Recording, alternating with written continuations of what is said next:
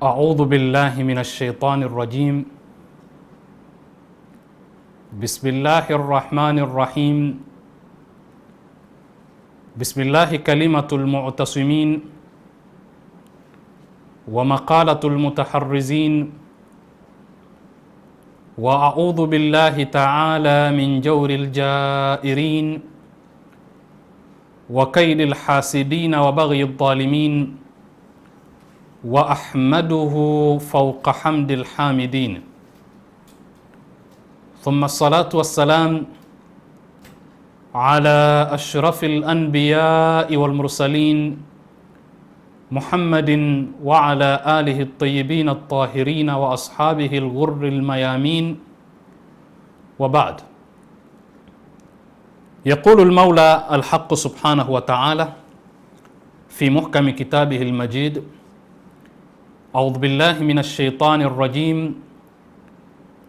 وضرب الله مثلا قرية كانت آمنة مطمئنة يأتيها رزقها رغدا من كل مكان فكفرت بأنعم الله فأذاقها الله لباس الجوع والخوف بما كانوا يصنعون. صدق الله العلي العظيم. Ndugu zangu, assalamu alaikum wa rahmatullahi wa barakatuh.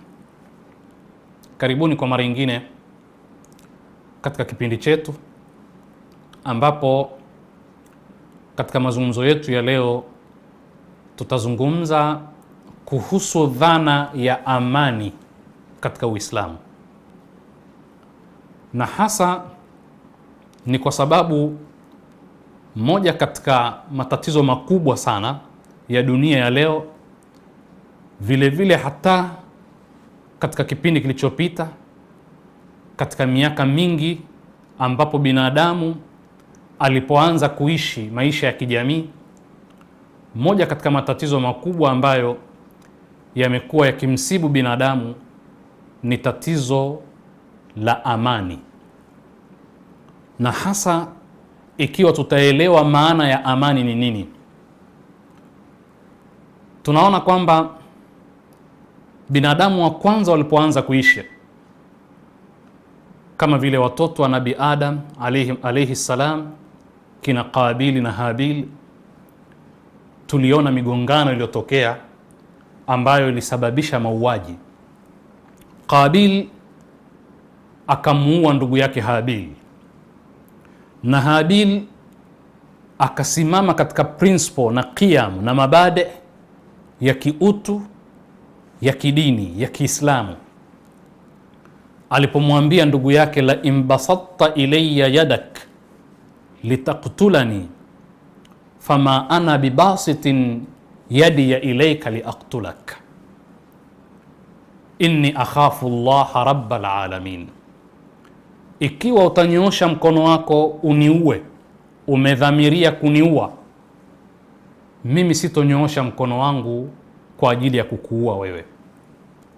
Si kwa vile ninakuogopa, lakini ni kwa vile akhafu Allah rabbal alamin, na muogopa Mwenyezi Mungu, Mola mlezi wa walimwengu. Hii ilikuwa ni sinema ambayo Mwenyezi Mungu Subhanahu wa Ta'ala anatusimulia, anatufunza. Ni kama vile kazi ya fasihi yenye malengo ya kuijenga jamii. Tujifunze kina Qabil watakaokuja katika maisha yetu ya dunia na kina Habil, wale ambao watasimama katika misingi ya kuitengeneza na kuijenga jamii kwa kuleta amani katika jamii, na wale ambao hawatojali qiyamu na mabade, zile principle zitakazomfanya binadamu aepuke sifa za kinyama lakini awe ni binadamu zaidi. Kwa lugha nyingine, aendelee awe ana utu na ubinadamu. Kwa hivyo dunia sasa hivi na ila yaumil qiyama tunaishi Qabili na Habili katika dunia hii, dhalim na mtu adil, mwadilifu na dhalim, mkweli na muongo. Hizi picha mbili tofauti ametuletea Mwenyezi Mungu Subhanahu wa Ta'ala ili tuone kwamba kuna wale wajenzi watakaoibuka, watakaoijenga jamii, watamtambua Mwenyezi Mungu. Inapofikia mahala pa kutoa kwa ajili ya kuijenga jamii, kusaidia maskini, watatoa kilichokuwa kizuri, lakini patapatikana na kina Qabil ambao ni wavunjifu wa amani na usalama wa maisha ya watu. Kwa hivyo hili ni suala la msingi sana, na utaona kwamba siraa, mapambano baina ya haki na batil, siraun daimun la yanqati, ni mapambano endelevu yasiyokatika. Kesho atakuja mtu kwa sura ya Yazidi, mwingine kwa sura ya Hussein, atakuja mtu kwa sura ya Muhammad sallallahu alaihi wa alihi, kwa sura ya upande wa pili ya Abu Sufyan, Firauna, Musa. Lakini dunia imejaa mapambano ya shakhsia hizi mbili, personality hizi mbili, behavior hizi mbili tofauti, kwa maana ya kwamba mwenye kuvuta katika shari na mwenye kuvuta katika khairi. Na binadamu ndani yake amejengeka katika mjengo huo, ana quwwatul khair na quwwatul sharri, nguvu zinazomkokota na kumvuta katika khairi na nguvu ambazo zinamvuta katika shari. Qad aflaha man zakkaha wa qad khaba man dassaha, kwamba yule ambaye ataweza kushinda zile nguvu za shari zinazomvuta na kumkokota kufanya mambo ya shari, qad aflaha man zakkaha, atakuwa ameitakasa nafsi yake na hivyo atakuwa amefaulu. Lakini atakuwa amekhibu, amepata hasara yule ambaye zile nguvu za shari katika yeye zitakuwa na nafasi sana kwake. Kwa hiyo tunazungumza kuhusu amani, na tunapozungumza kuhusu amani, jambo la msingi la kwanza ni kujua nini maana ya amani katika Uislamu. Na hizi dhana, concept, terminologies, misamiati na istilahi ni muhimu sana tunapozitumia, kwa sababu ikiwa tuna mjadala juu ya jambo, lazima kwanza, kabla ya kuanzisha mjadala ule, tukubaliane juu ya maana yake. Kama watu wanapigania amani duniani, jambo la msingi kabla ya yote ni kufahamu amani ina maana gani. Kama watu wanapigania tuseme maendeleo, lazima kwanza tuelewe nini maana ya maendeleo, kwa sababu inawezekana kabisa ikawa sote tunakubaliana kuwa lengo letu ni maendeleo, tunapambana kwa ajili ya maendeleo, lakini tukija kuketi na kuzungumza kuhusu nini maana ya maendeleo, tutakuta kuwa lakum dinukum waliya dini, kila mmoja ana mtazamo wake juu ya maendeleo maana yake ni nini. Kwa hivyo hatuwezi kusafiri safari moja hapa, kila mmoja ana tiketi inayompeleka mahala tofauti, lakini tunaamini kwamba tuna safari moja. Na utaona dhana ya maendeleo katika Uislamu ni tofauti na ulimwengu unavyozungumza. Bali ikiwa zile measurement za maendeleo, ili useme jamii imeendelea, lazima iwe na indicator gani, iwe na ishara na vielelezo gani. Sasa utakuta kwamba vile vipimo vya kwamba watu wameendelea lazima viwe vinafanana na maana yenyewe ya maendeleo iliyokubalika. Kwa hivyo utaona maendeleo tunayozungumza leo hii si maendeleo ila ya vitu, lakini si maendeleo ya binadamu. Ikiwa tunazungumzia income ya mtu, pato la mtu, ikiwa tunazungumza uwezo, elimu ya mtu, maanake elimu ni katika measurement za maendeleo, illiteracy na literacy rates, vile vipimo vya watu wenye kujua kusoma na kuandika katika jamii. Kwa hivyo kama ni 99% ya wanajamii wa nchi ile wanajua kusoma na kuandika, lakini vile vile wanapato kubwa zuri kwa vipimo vile vya GDP kwa mfano. Vile vile tunazungumza vipimo vingine, kwa mfano suala la afya, tunatizama afya ya mtoto, afya ya mama, afya ya jamii, ule umri, makisio ya umri wa mtu wa nchi ile. Ikiwa HDI au tuseme vile vipimo vilivyokubalika kimataifa, ikiwemo hichi cha HDI, Human Development Index, ambapo tunatizama quality sasa, kwamba binadamu ana afya kiasi gani, ana elimu kiasi gani, ana pato gani, utaona bado tumetoka nje ya maana ya kweli ya maendeleo. Na kwa sababu mambo ya kiroho hayawezi kufanywa research, kwa sababu hakuna vitu ambavyo vinaweza kuwa measured, kupimwa. Huwezi ukaipima amani. Amani utaipima vipi? Unapima amani kwa vigezo vya kimada, kwa maana ya kwamba utulivu upo, kuna food security, vyakula vya kutosha vipo, sijui kuna nini na nini na nini. Lakini utaona kwamba ukweli halisi, hizi maana za kiyakinifu zinatofautiana sana na maana za kidhanifu. Kwa maana za kimaterialist na maana za kiidealist. Sasa sisi kama Waislamu tunapokuja kusema maendeleo ni nini, utaona kwamba tunasema maendeleo kwanza ni ya binadamu kabla ya maendeleo ya vitu. Kila unapokuwa binadamu sana, yani unaepuka unyama, una utu, una heshima kwa binadamu wenzako, unajali binadamu wenzako, humvizii binadamu wenzako ukamkata kiungo ukakimbia nacho, tunasema umeendelea. Ndio maana mara nyingi tumezungumza kwa kusema wataalamu mbalimbali wa kimagharibi wanathibitisha kwamba binadamu wa miaka mingi iliyopita, 100, 1000, 500 na nini iliyopita, alikuwa ameendelea kuliko binadamu wa leo. Ikiwa tunazungumza kuhusu maendeleo ya binadamu, sio maendeleo ya barabara, ya majengo, ya kufika mwezini, ya kutengeneza ndege, ya kutengeneza kompyuta. Hayo ni maendeleo ya sayansi na teknolojia. Binadamu kaendelea nini? Kwa hivyo ili binadamu aendelee, maana yake anatakiwa awe na utu, awe binadamu mwenye maadili, aepuke sifa za kinyama, asiwe ni tishio kwa binadamu mwenzake, awe yeye ana establish ile peace kwa watu wengine. Watu wakimuona wanafarijika badala ya kuogopa, akiwa ni kiongozi, akiwa ni tajiri, akiwa ana rangi fulani, lakini awe yeye ndio ile khairun nasi anfa'uhum linnasi. Mbora wa watu ni yule ambaye ananufaisha watu, na Muislamu ni yule ambaye wanasalimika wengine na shari yake. Maendeleo lazima yapimwe katika sura hiyo katika Uislamu. Kwa hivyo utaona kwamba tuna haja ya kuelewa kwanza nini maana ya maendeleo. Maendeleo kama palivyosemwa sana, maana yake sio kutokuwepo kwa vita.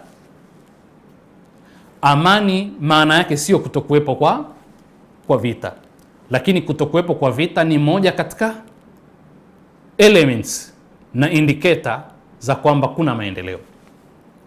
Kwa hivyo kutokuwepo kwa vita sio maana ya amani yote, bali ni sehemu ya amani. Panaweza ikafikia wakati vita vikahitajika kwa ajili ya kuestablish amani.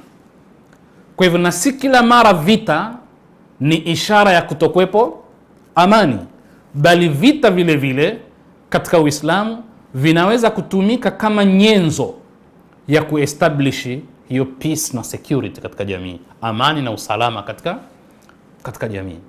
Kwa hivyo tuondoke katika mawazo hayo. Amani haipimwi physically tu, inapimwa vile vile spiritually, kiroho. Kwa hivyo maana ya amani ni utulivu wa ndani kabla ya utulivu wa nje.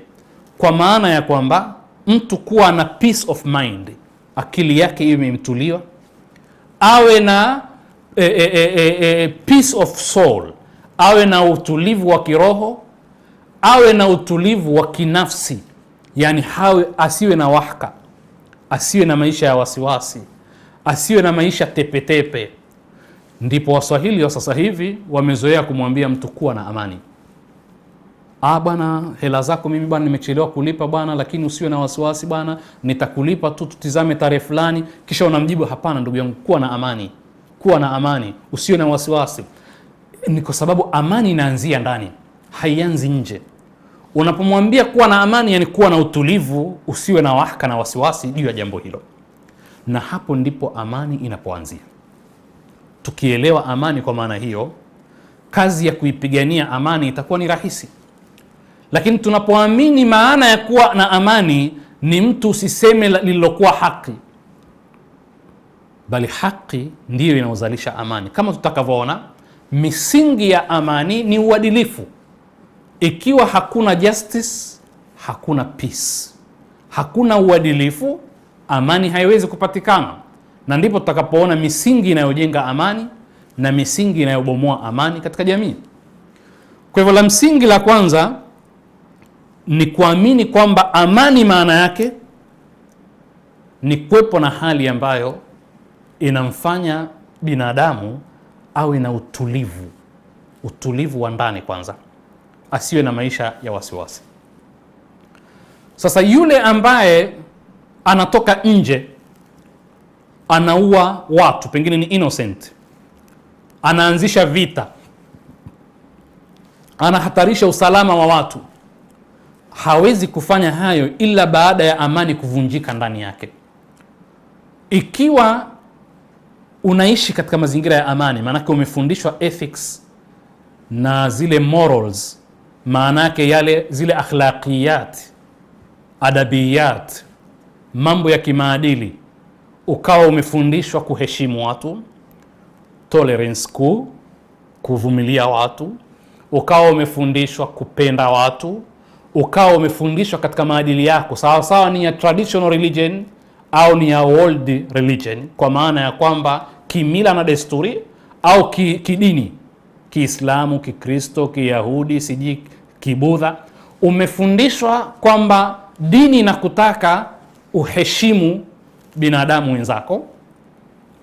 Dini inakukataza usiue, usiseme uongo, usizini, usifanye khiana, yale mambo ambayo ni mafunzo ya kimaadili. Lengo lake kubwa ni kujenga amani ya yule muhusika kabla ya yule wa nje. Kwa hivyo tunapofundisha maadili, tunalenga kujenga amani kwenye kifua cha binadamu.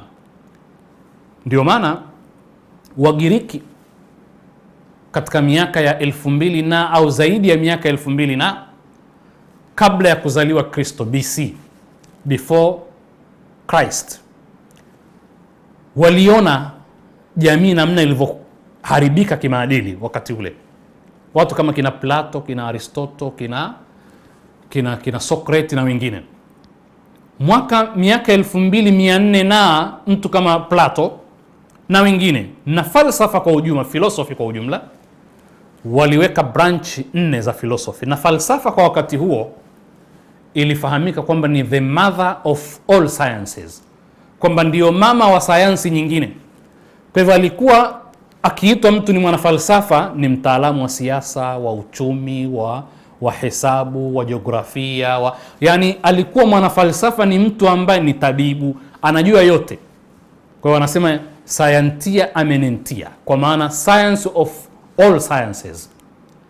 Sasa walifikia mahala wakaona kwamba ethics ni branch katika branch 4 za philosophy, kwa sababu waliamini kifalsafa kwamba huwezi ukafanikiwa kumtengeneza binadamu aliyeendelea kama hujagusa kipengele cha ethics. Kwa hivyo mtu atakuwa accountable. Ile ethics, morals, maadili yale ndiyo yanayoweza kumfanya mtu awe binadamu. Hatuzungumzi suala la maadili kwa wanyama, tunazungumza kwa binadamu. Kwa hivyo kipengele cha maadili ni kipengele muhimu sana kuhakikisha kwamba binadamu anaendelea kuwa binadamu, hawi mnyama. Kwa hivyo likatizama lile kwamba ni kipengele muhimu. Na kwa sababu binadamu ana sifa ile ya reasoning. Reasoning ni kule kutaka kujua sababu ya kile unachokifanya na kujua matokeo yake, tuseme results zake au repercussions zake. Kwa hivyo binadamu ana reasoning na mnyama hana hiyo reasoning. Kwa hivyo ninapofanya kitendo kibaya, repercussion yake ni nini? Kijamii tunafahamu kwamba mtu anapofanya tendo baya, athari zake zitakuwa nini? Ataangukia katika jambo gani? Binadamu akishalitia akilini hilo, basi huwa anachagua la kufanya, anakuwa yuko selective kwamba afanye nini na asifanye nini. na hapo ndipo anapokuwa binadamu. Sasa tunapozungumza amani huanzia ndani, tunakusudia kwamba kinachojenga hiyo amani ya ndani ni maadili. Na maana ya maadili ni vile vipengele vingi tunavyofahamu katika maisha yetu: ukarimu, upole, mapenzi kwa watu, kuvumilia binadamu wenzako, kuacha uongo, kuwa mkweli. Zile sifa njema zote ambazo binadamu huweza kujenga shakhsia, ile self development of self, kwamba wewe ni nani, unaitwa Abdul Razak. Abdul Razak ni nani? Mbali na ile physical appearance yako kwamba sura yake iko hivi, yuko hivi na yuko hivi, lakini kwanza mtu anaona tabia kabla, yani ile picha inajengwa katika kichwa chake. Anapotajwa mtu yule, picha ya kwanza ni vile alivyokuwa. Kwa hivyo ile personality yake na ile self yake inajengwa kutokana na vile tunavyomuelewa kimaadili. Kwa hivyo akitajwa fulani tunapata picha, ukarimu wake tunauona, ushujaa wake tunauona, tabasamu zake tunaziona, ambao ni vitu vyote vya kimaadili. Lile ndilo linatufanya tuwe na haiba au tusiwe na haiba katika jamii. Sasa amani inajengwa na maadili. Maadili yapi? Zile tabia njema ambazo kwa mujibu wa kanuni za Kiislamu na taban katika taaluma za kileo ambazo tumezoea kuita kuwa za kisekula, unaposoma masala ya ethics tunajifunza kwamba vile vile kuna natural punishment au kuna punishment law ambazo zimo kimaumbile, kwamba unapofanya wewe ovu baya, repercussion yake huwa ni kwako kwanza, kisha kuhamia kwa wengine. Kwa hivyo wewe ni muathirika wa kwanza wa ile tabia chafu unayoifanya. Unapokuwa kwa mfano huna sifa ya usamehevu, mtu akikukosea wewe humsamehi, tabia yako ni kwamba husamehi. Suala ni kwamba unapokuwa husamehi, muathirika wa tabia hiyo nani? Ni yule ambaye hutaki kumsamehe, au ni wewe ambao huna sifa ya kusamehe, au ni ninyi wawili nyote? Jibu ni hili la tatu, kwa maana ya kwamba asiyekuwa na sifa ya kusamehe, yeye ndiyo huwa muathirika wa kwanza wa tabia mbaya hiyo, na kisha muathirika wa pili ni yule ambaye hakusamehewa. Kwa sababu maana ya kutosamehe ni kuishi katika dukuduku, kero, donge, hasira, chuki, kwa sababu amekukera fulani. Hiyo tabia ukiendelea nayo inakuumiza kwa ndani, inakuathiri.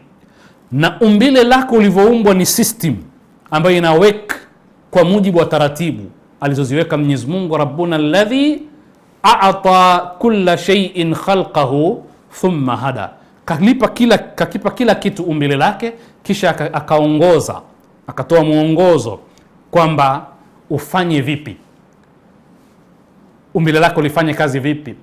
Pakiwa na athari yoyote ile, kama chuki zilizolimbikizana kwa muda mrefu, unamchukia mtu, zinaharibu system, zinaleta maradhi, zinatia homa, zitaathiri kitu.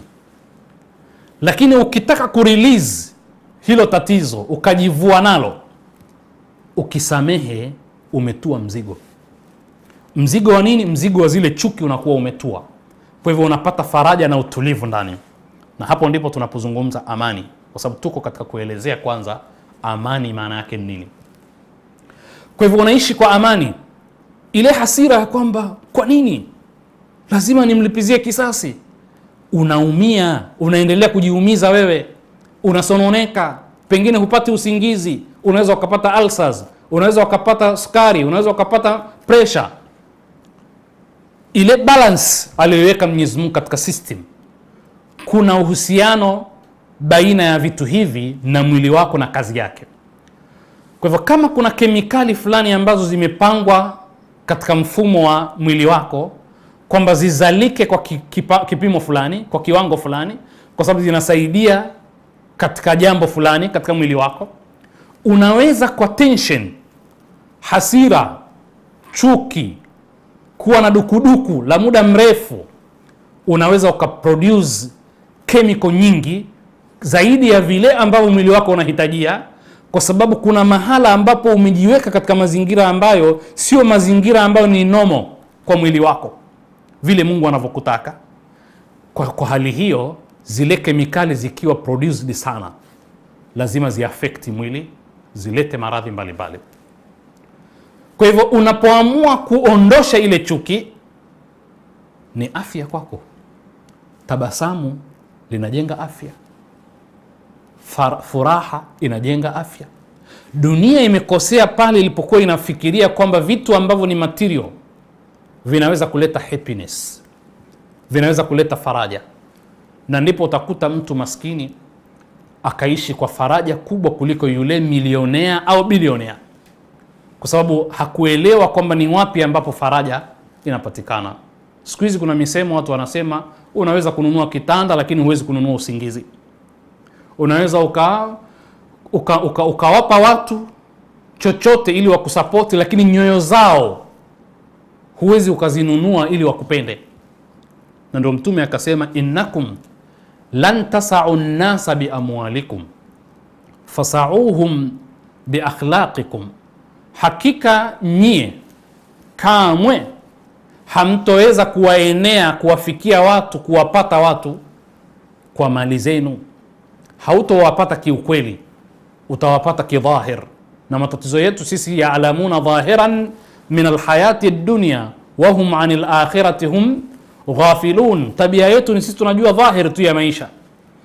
Kwa hivyo tufahamu kwamba masala ya ethics na morals, behavior za mtu, tabia za mtu, maadili ya mtu, yakihimizwa, yakakita katika vifua vya binadamu, hayo ndiyo ambayo hujenga amani. Kwa sababu kama wasemavyo, nikiweka jagi, nikitia katika jagi juice ya embe, lile jagi lina mipaka yake. Ikiwa kuna mahala kuna tundu katika lile jagi, kile nilichokiweka ndani ambacho ni juisi ikavuja, tunachotarajia ni kwamba yale maji yaliyotoka katika jagi lile yalovuja yatakuwa ni juisi pia, hayatakuwa ni kitu tofauti kile kilichokuwa ndani. Lakini vile vile ikiwa katika jagi lile umeweka supu, jagi lile likivuja kitakachotoka ni supu. Kwa hivyo tunachoona sisi katika jamii ni kuvuja tu kwa yale yaliyokuwa ndani, kwamba binadamu ndani yake hana amani. Kwa kuwa hana amani, hawezi kuestablish amani nje. Na tunapotaka kuijenga amani, tuijenge ndani kwanza kabla ya kujenga nje. Kwa sababu unapotaka kuondosha mti, dawa si kwenda kukata matawi, kwa sababu baada ya muda utachepuka mti ule na hatimaye utarudia katika hali yake, pengine ukastawi zaidi. Kwa hiyo kinachotakiwa sisi ni kuanyua na kuutoa mti ule kuanzia katika shina na vyanzo vyake. Na ndipo tunaposema mara nyingi kwamba fikra, mitazamo na mawazo hayapigwi kwa bunduki wala kwa mabomu, bali huvunjwa kwa fikra, mtazamo na mawazo. Kwa sababu mwiba pale unapoingilia ndipo unapotokea. Kwa hivyo lazima, ikiwa tunataka kuestablish amani katika jamii, tufahamu nini maana ya amani. Lakini tutakapofahamu maana ya amani, wakati huo huo tutakuwa tumefahamu kwamba kuijenga amani tuanzie wapi, msingi wake, ili tuweze kunyanyua hilo jengo. Na vile vile inapovunjika amani, tujue ni wapi inapoanzia kuvunjikia, ili pale ndipo tuanzie kuijenga sisi. Sasa mpaka hapo tumefanikiwa kueleza insha Allah.